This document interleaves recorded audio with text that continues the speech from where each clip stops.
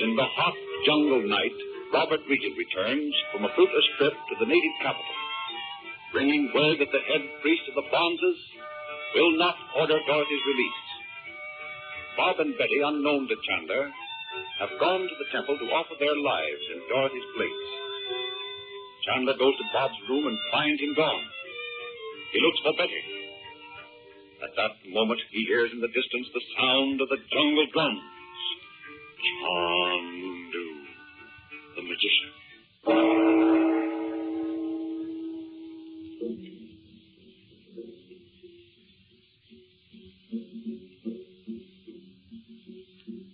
I'm going over there.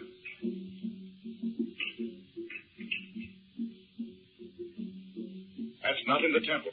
Wait a minute, Frank. Don't go over there alone. Did you hear that? That's in the jungle. You think they've got the children out there? I'm certainly going to go and see. I'm wondering how we can reach the place where they are. Come on. Let's see if we can find a path. There should be one behind the temple. Let's go down this way and keep in the shadows as long as we can.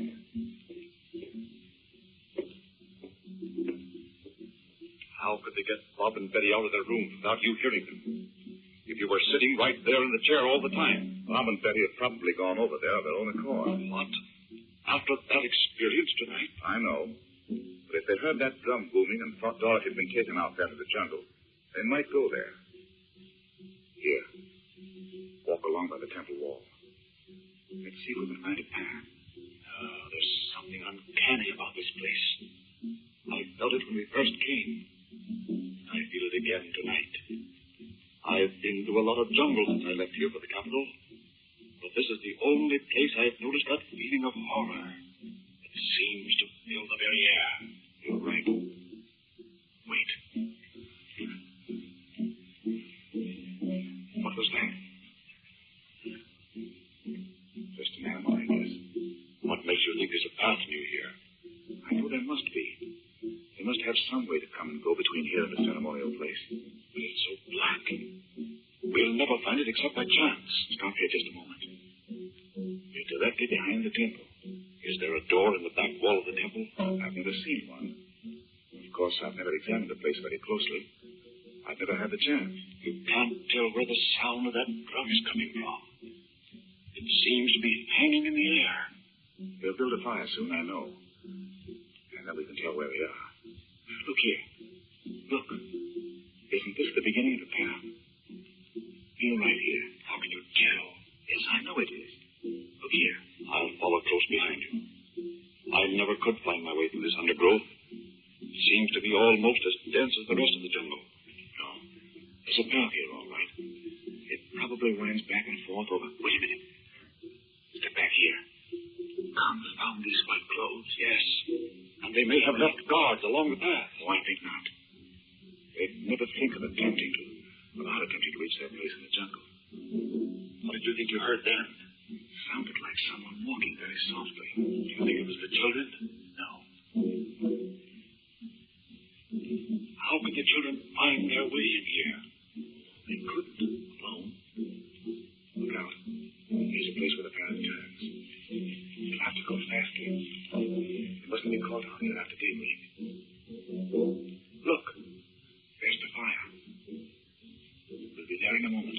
I hope we don't burst out of this jungle and meet those fellows face to face. No, we mustn't do that. But if they're engaged in the fire ceremony, they won't be looking this way.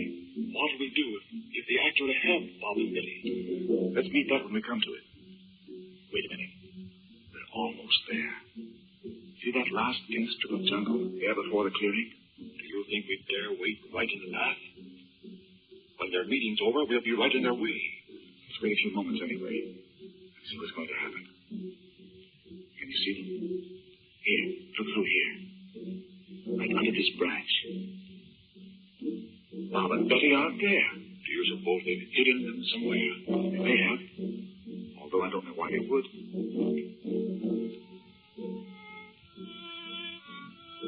Standing there on the other side of the fire facing us. Do you know who that is? It looks like the guy Dr. Shaw sent you to take you through the jungle. It is. But I don't understand. Wait. He's going to tell them something. He has but the words of the priest. I will tell you what my eyes have seen. Through the jungle I led the husband of her who is to die. It seems very strange to me Dr. Shaw would send me into the jungle with a native who was already mixed up in this business. I'm beginning to understand a lot of things. Listen to that. By night and day I led him through the thickest parts of the jungle. As many times I wished he would die. But because it was forbidden, I could not kill him myself. My word. I'm glad we came here tonight, though. When we arrived in the great temple, I took him at once to the one who seeth in darkness. I whispered my story into his ear, and the white man knew it not. But the one who seeth in darkness is very wise. He turned his face away from the white man because he knew. What does he mean? He means the reason the man wouldn't listen to you is because he recognized you. But if he did, I can't see how I ever escaped with my life. You will see. Listen. The one who seeth in darkness has said, return the white man to the village alive. The way of the white man is straight. If his woman dies, he will restore to the temple the great emerald. But Frank, don't you see what they mean? There's no chance of releasing Dorothy. They're going to kill her to make me give up the emerald. Of course, that's what they mean to do. Do they mean the emerald you have? The one in the lid of the emerald casket? Yes. Listen. Let's see if we've heard the last of this. And so I bring to you the message of the one who seeth in darkness. Fear not the white woman at the feast of the darkened moon. It is finished. Come on, Robert. Let's get out of here. This meeting will break up in a few moments, and we'll be caught here in this narrow path.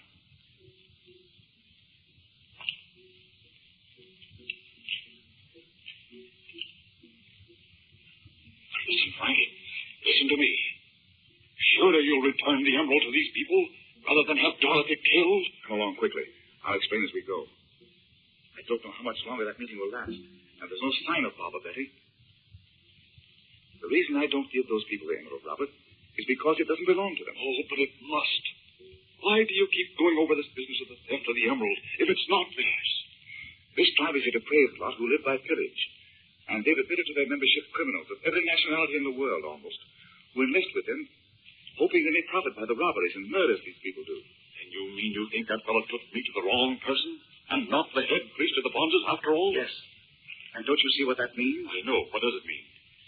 Oh, here we are at the back of the temple again. We've only a few minutes. But let's look around quickly and see if Bob and Betty are here. Are we to look inside the temple? I hope they haven't gone in, because I know they keep guard before the altar day and night. Yes, round this way. Look up at that branch there. Yes, thanks. Just missed running into it. It must be nearly morning, isn't it? Yes. It'll begin to grow light in a few minutes. We'll go up the steps very softly and put our ears against the door. We may be able to hear something, even though those doors are pretty thick. They're right through here. Hush. Stop a minute. What is it? There's someone sitting right in front of the door. Don't you see them? My word. You have eyes like a cat. See that shadow? It's someone sitting on the top step. What are we to do? If it's the guard, he's already seen us and the harm is done. I'm going up there.